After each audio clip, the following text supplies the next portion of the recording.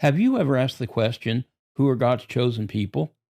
In this video, we're going to discuss who are the chosen people of the Bible, what being the chosen people means, when God chose his chosen people, where God's chosen people are, and how the chosen people became chosen. And why are God's chosen people chosen? Let's get started. What is God's chosen people? Well, to answer that, we need to ask another question. Chosen for what? I mean, it's all well and good to be God's chosen people, but it really would help if we knew what they were chosen for, right? Well, let's get into that today. The idea of the chosen people comes from the Old Testament. What we understand about being God's chosen people comes from the book of Exodus. Here's what it says. On the third new moon, after the people of Israel had gone out of the land of Egypt, on that day they came into the wilderness of Sinai. They set out from Rephidim and came into the wilderness of Sinai, and they encamped in the wilderness. There Israel encamped before the mountain while Moses went up to God. The Lord called to him out of the mountain, saying, Thus you shall say to the house of Jacob, and tell the people of Israel, You yourselves have seen what I did to the Egyptians, and how I bore you on eagle's wings and brought you to myself.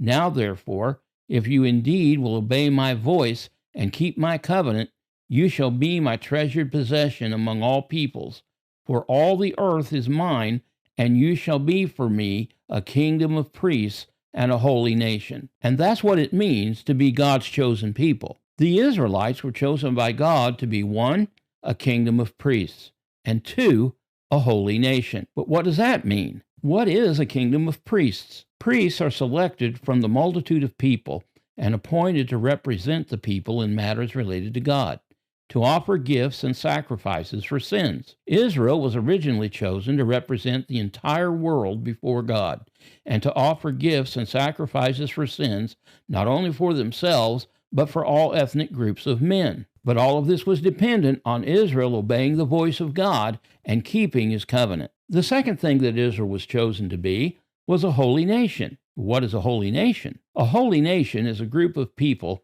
set apart from all the other nations or ethnic groups on earth, all of whom are accountable to the one true God, the God of Abraham, Isaac, and Jacob. Israel was originally chosen to be a holy nation, set apart from all other nations of men. But why did God choose Israel? God chose Israel because of his friendship and covenant with Abram. God established a covenant between himself and Abram. A covenant is a total commitment of life and resources for the benefit of another that can only be ended by death. The Lord had said to Abram, Go from your country, your people, and your father's household to a land I will show you. I will make you into a great nation, and I will bless you. I will make your name great, and you will be a blessing. I will bless those who bless you, and whoever curses you, I will curse. And all peoples on earth will be blessed through you. He, God, took him outside and said, Look up at the sky and count the stars, if indeed you can count them. Then he said to him, So shall your offspring be. Abram believed the Lord, and he credited it to him as righteousness. He also said to him, I am the Lord who brought you out of Ur of the Chaldeans to give you possession of it.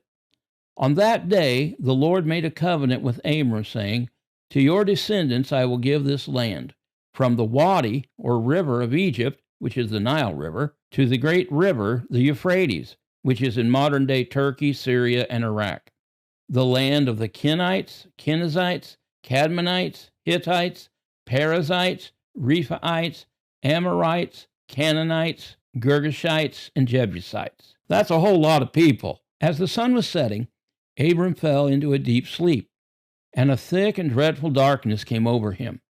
Then the Lord said to him, Know for certain that for 400 years your descendants will be strangers in a country not their own, and they will be enslaved and mistreated there.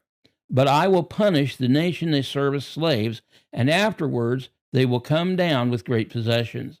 You, however, will go to your ancestors in peace, and be buried at a good old age. In the 4th generation, your descendants will come back here, for the sin of the Amorites has not yet reached its full measure. Then the Lord said, Shall I hide from Abraham what I am about to do?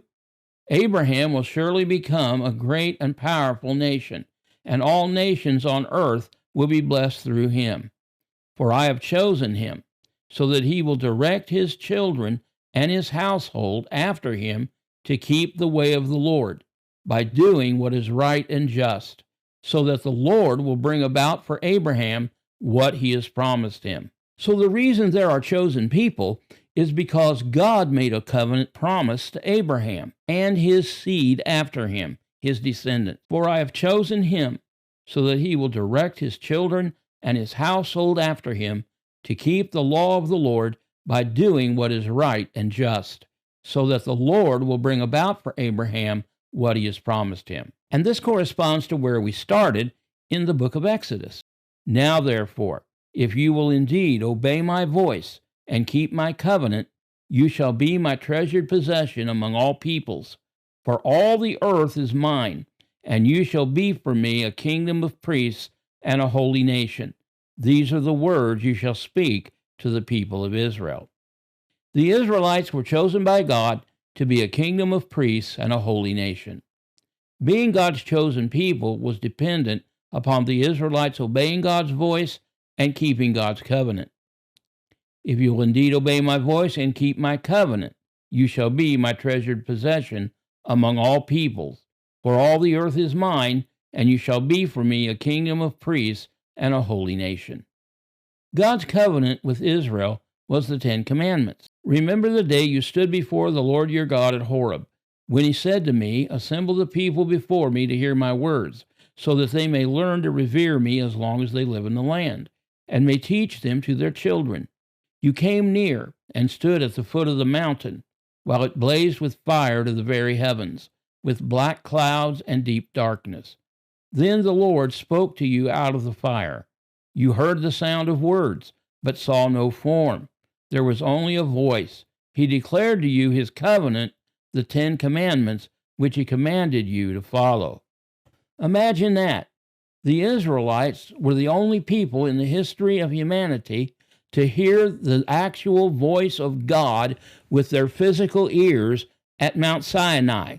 That's why the 10 Commandments are called by them the 10 living words, because it was the living God who literally spoke them so they could hear them from the outside in. Now, unfortunately, the Israelites broke God's covenant with them only 6 weeks after receiving it at Sinai. 6 weeks is about a month and a half. However, God did not break his covenant with Israel because of his promises to Abraham. You see, God establishes covenants, and it is the nature of God to keep covenant.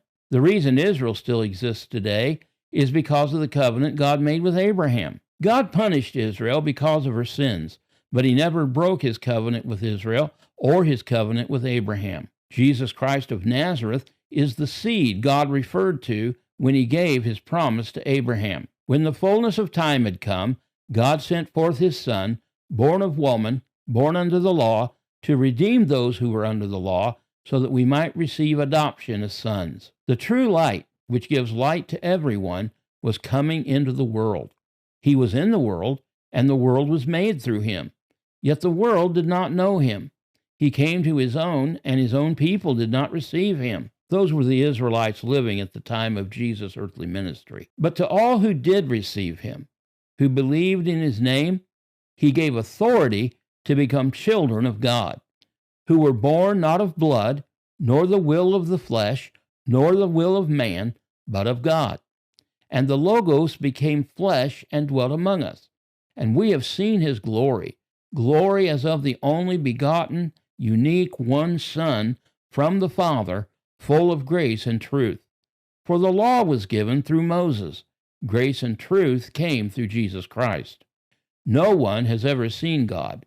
The only God, who is at the Father's side, or in the Father's bosom, he has made him known. Jesus Christ came to Israel first, because of God's promises to Abraham. When the Jews of Jerusalem rejected Jesus, God expanded Israel to include Gentiles too, who were of the faith of Abraham.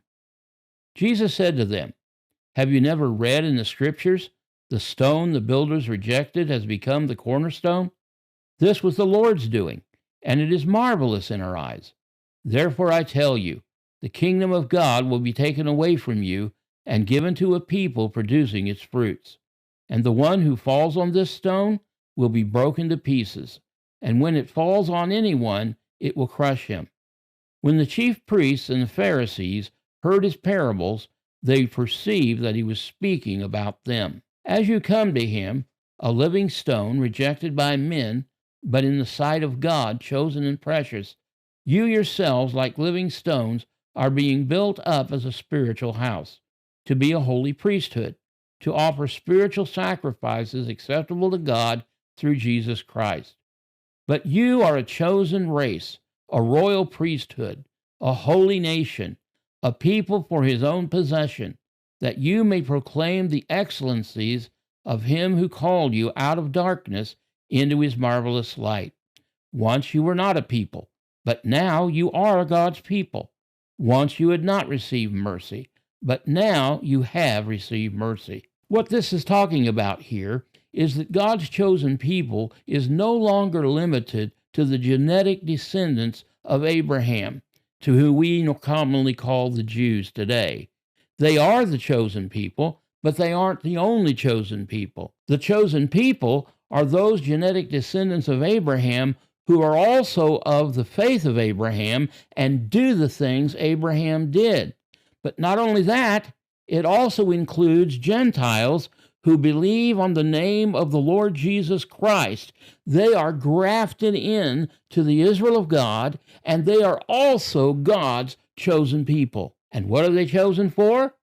The same thing that Israel was chosen for, to be a kingdom of priests and to be a holy nation, and to represent God before all the other nations in the world. Israel is still God's chosen people, but Israel is not only the genetic descendants of Abraham, but the genetic descendants and the Gentiles who are of the faith of Abraham. So to be God's chosen people means that God chooses people to represent him before the rest of humanity. He chooses them to be a priesthood, to represent men before God, and to represent God to men, and to be a holy nation, to be set apart from the rest of the world, to be set apart from the way the world does things, and to listen to the voice of God, to obey his covenant, and to follow his leading. So there is a holy land, there is a chosen people, and the way you become a chosen person is by putting your faith in Jesus Christ of Nazareth and following him with your entire life.